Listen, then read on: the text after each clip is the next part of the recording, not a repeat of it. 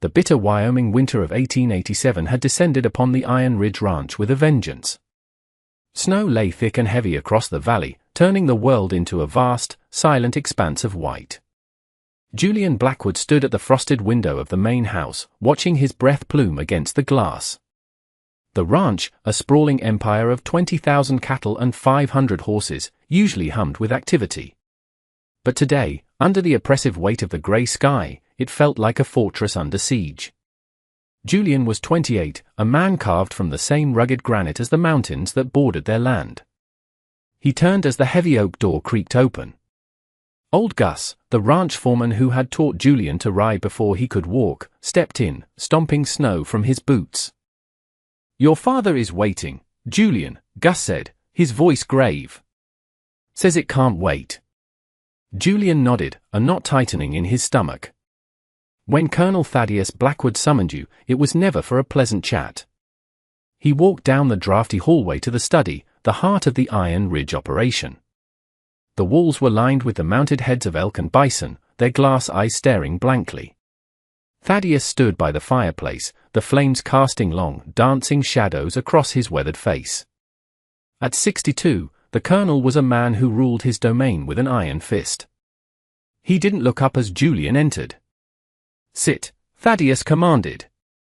Julian took the leather chair opposite the desk. Gus said it was urgent.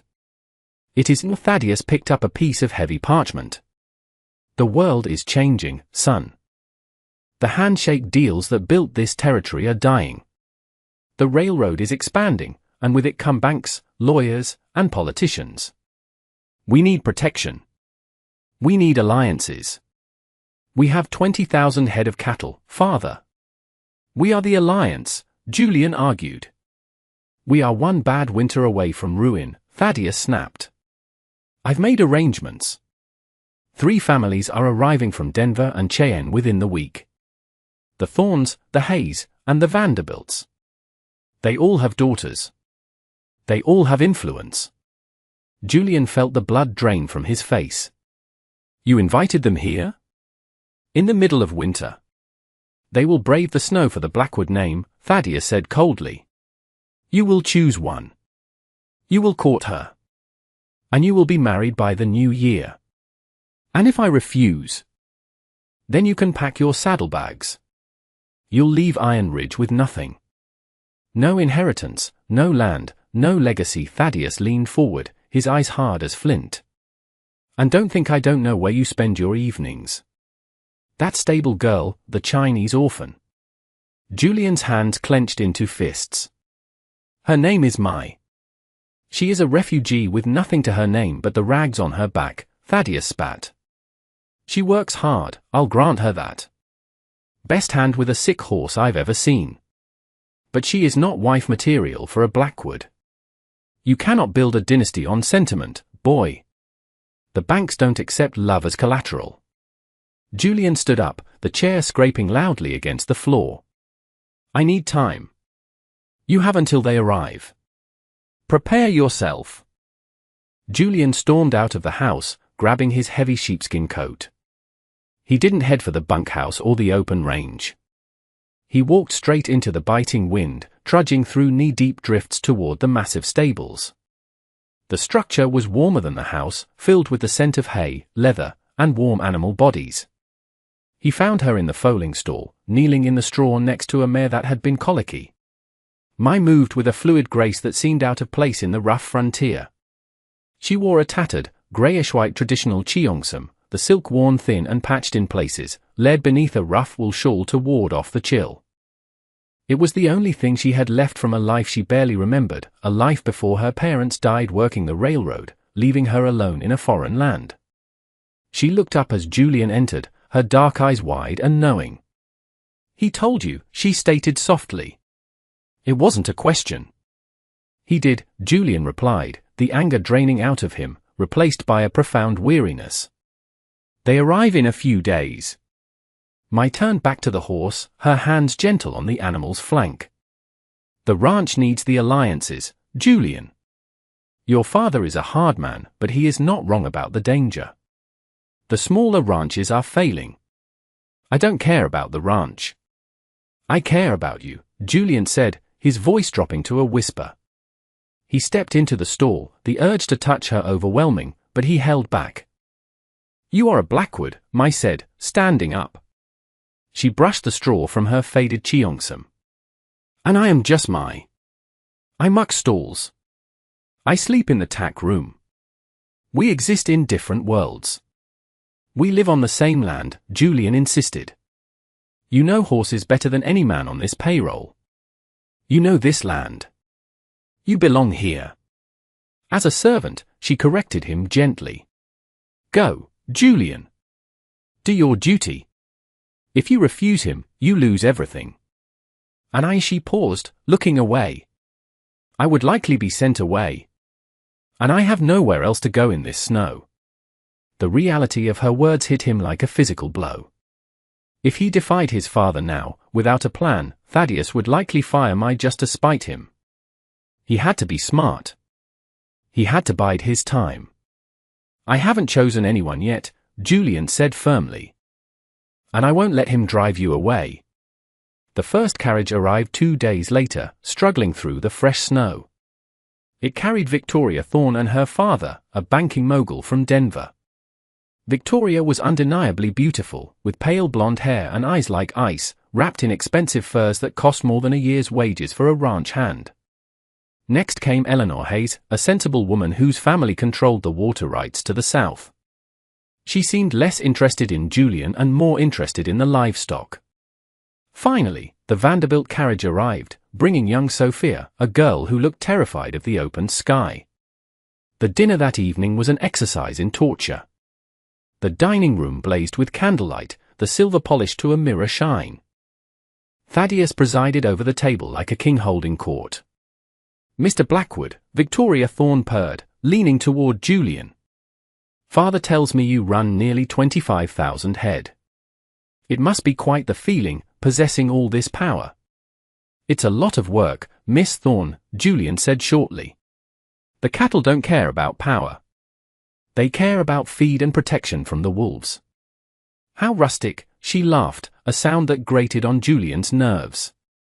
But surely, with the right capital, you could hire more men to do the dirty work. A rancher who doesn't work his own land isn't a rancher, Julian replied. He's just a landlord. Across the table, Eleanor Hayes nodded in agreement, though she remained silent. Thaddeus shot Julian a warning look. My son is modest, Thaddeus interjected smoothly. He manages the entire operation. He is building an empire. As the courses were served, Julian's mind drifted to the stables. He knew Mai was out there in the cold, likely breaking ice on the water troughs. The contrast between the gluttony at the table and Mai's tattered silk dress made him lose his appetite. The next morning, Thaddeus insisted on a tour of the ranch, despite the freezing temperatures. The guests were bundled in furs and loaded into sleighs. Julian rode alongside on his black stallion, Midnight. They stopped at the main barn to inspect the prize breeding stock. Thaddeus wanted to show off a new thoroughbred stallion.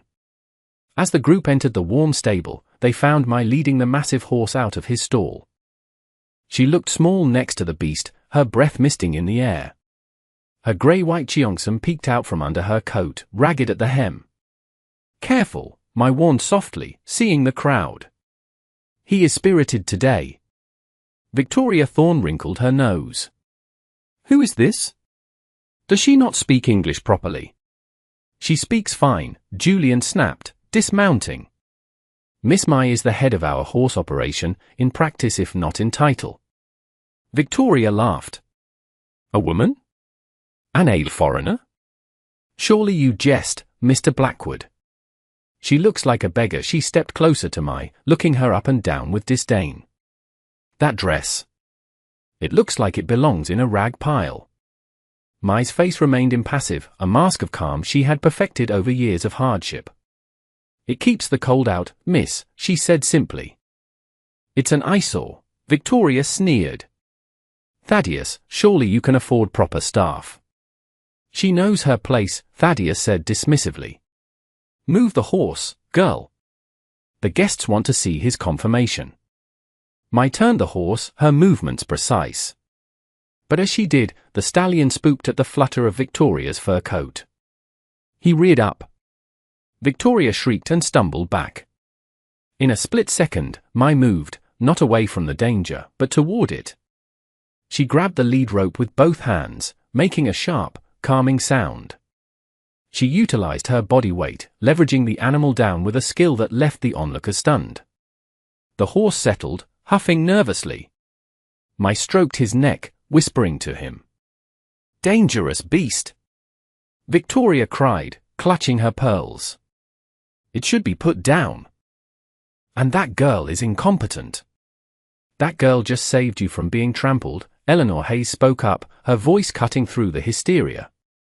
Eleanor stepped forward, ignoring the mud on her boots. She looked at Mai with genuine respect. "That was incredible horsemanship. Where did you learn that?" "The horses teach you, if you listen," Mai replied quietly. Julian stepped between Victoria and Mai. "Are you all right?" he asked Mai, ignoring his father's glare. "I am fine, Julian," she said, slipping up and using his first name before correcting herself. "Mr. Blackwood." Victoria caught the slip.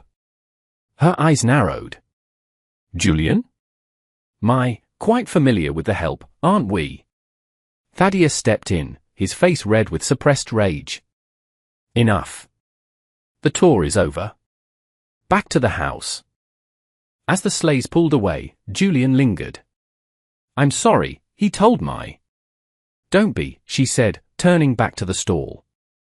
"They are just people. The snow treats us all the same." That night, Julian made a decision.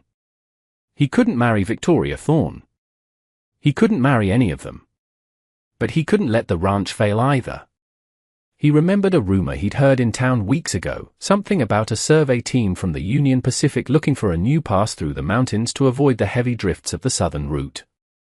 He found old Gus in the bunkhouse. "Gus, I need you to ride to Cheyenne. Tonight." "In this blizzard?" "You're mad," Gus grunted. "It's for the ranch." "And it's for me," Julian quickly wrote a letter. "Find the railway commissioner. Tell him the Iron Ridge Pass is clear. Tell him we're willing to negotiate rights of way, but only if they sign immediately." Gus looked at the letter, then at Julian. "This is about the girl, ain't it?" "It's about the future, Gus." Gus nodded slowly. "I'll saddle up." The next 3 days were a blur of forced socialization. Julian played the part of the suitor, but his heart was agonizingly absent. He saw Mai only in passing, her eyes downcast, the distance between them growing with every hour. On the 4th day, the snow stopped, leaving the world glittering under a pale sun. Thaddeus summoned Julian and the 3 families to the study. It was time for the decision. "Ladies, gentlemen," Thaddeus began, pouring brandy. "My son has spent the week getting to know your charming daughters. We are ready to announce an alliance that will shape the future of Wyoming."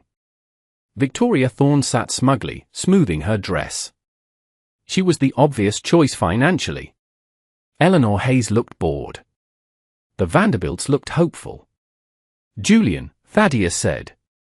"Speak." Julian walked to the center of the room. He looked at his father, then at the expectant faces.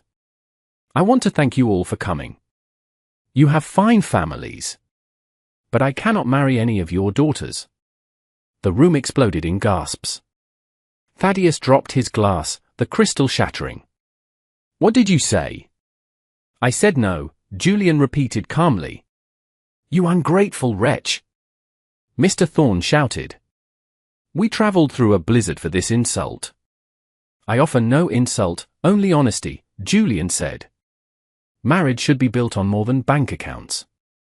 "Get out," Thaddeus roared, his voice shaking the walls. "Get out of my house. You are no son of mine. You chose the beggar? Then go live with her in the filth." "I intend to," Julian said. Suddenly, the heavy doors opened. Old Gus stood there, looking exhausted, frosted with ice, but grinning. He walked straight to Julian and handed him a sealed legal document. "What is this?" Thaddeus demanded. Julian broke the seal. This, he said, scanning the paper, is a contract with the Union Pacific Railroad. Gus rode to Cheyenne and back. They've been looking for a winter route. Our northern pass is the only one stable enough. They are paying us a fortune for the right-of-way, father. Enough to secure the ranch for the next 50 years without a single loan from a Denver bank. Silence fell over the room. Mr. Thorne's face went purple. You went behind our backs. I secured my own future, Julian said. He handed the paper to his father. Read it. Thaddeus read the figures. His eyes widened. It was more money than all 3 dowries combined. The ranch is safe, Julian said. We don't need their money. And I don't need their permission. Julian turned to the families. My foreman will escort you back to town when you are ready. Safe travels. As the outraged guests stormed out to pack their bags, Thaddeus sank into his chair. He looked at the contract, then at his son. You risked everything on a gamble. I learned from you, Julian said. But I'm not you. I won't sell my happiness. And the girl? Thaddeus asked quietly. I'm going to ask her to marry me. Today. Thaddeus looked out the window at the snow-covered peaks. She has no standing. Society will shun us. Let them, Julian said. We have the railroad. We have the land. And we have each other. Thaddeus was silent for a long time. Finally, he poured a fresh glass of brandy. She handled that stallion well, he grunted. Better than you could have. It was the closest thing to a blessing Julian would get. Julian ran to the stables. He found Mai packing a small satchel in the tack room. She had heard the shouting from the main house. I'm leaving, she said, fighting back tears.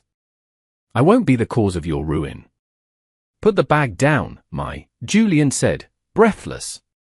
I cannot stay, Julian. I am a reminder of everything you shouldn't want. You are everything I need, he said, taking her hands. Her fingers were rough and cold, but he held them tight. The guests are leaving. I made a deal with the railroad. The ranch is safe. And I told my father I'm choosing you. Mai stared at him, disbelief warring with hope. You chose. The orphan in rags. I chose the woman who holds this ranch together. The woman who wears her history with dignity, even when it's tattered. He gently touched the collar of her grayish-white cheongsam. I love you, Mai. Tears spilled over her cheeks. I have nothing to give you, Julian. No dowry. No name. You give me peace, he whispered. And that is worth more than gold. The wedding took place 2 weeks later, on Christmas Eve. It was snowing again, large soft flakes that coated the world in silence. There were no society guests, no bankers or politicians. The chapel was filled with ranch hands, Gus standing as the best man. Thaddeus stood at the front. He looked stiff, uncomfortable, but he was there. When Mai walked down the aisle, she wasn't wearing a silk gown from Paris. She wore a dress she had made herself, a fusion of western lace and the style of her homeland, white as the snow outside. She held her head high, radiant and strong. As they exchanged vows, the wind howled outside, but inside, it was warm. When the ceremony ended, Thaddeus approached them. He looked at Mai, really looked at her, for the first time. Welcome to Iron Ridge, he said gruffly. He extended a hand. Mai took it, her grip firm. Thank you, Thaddeus, she said. That evening, as the celebration continued in the bunkhouse with fiddles and laughter, Julian and Mai stepped out onto the porch. The snow had stopped, and the moon illuminated the vast, white valley. Are you afraid?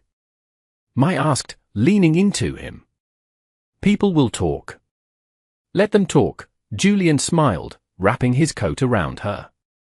They'll say the rancher's son married a queen in rags. And what will you say? I'll say I married the only woman who could tame the winter.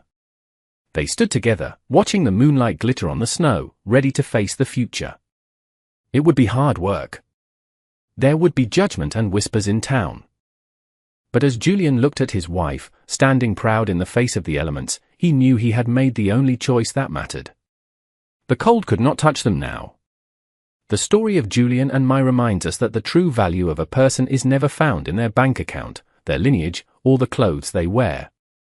While society often judges based on surface-level appearances, like a tattered cheongsam or a lack of family name, true nobility is found in character, resilience, and the willingness to work hard for what you love.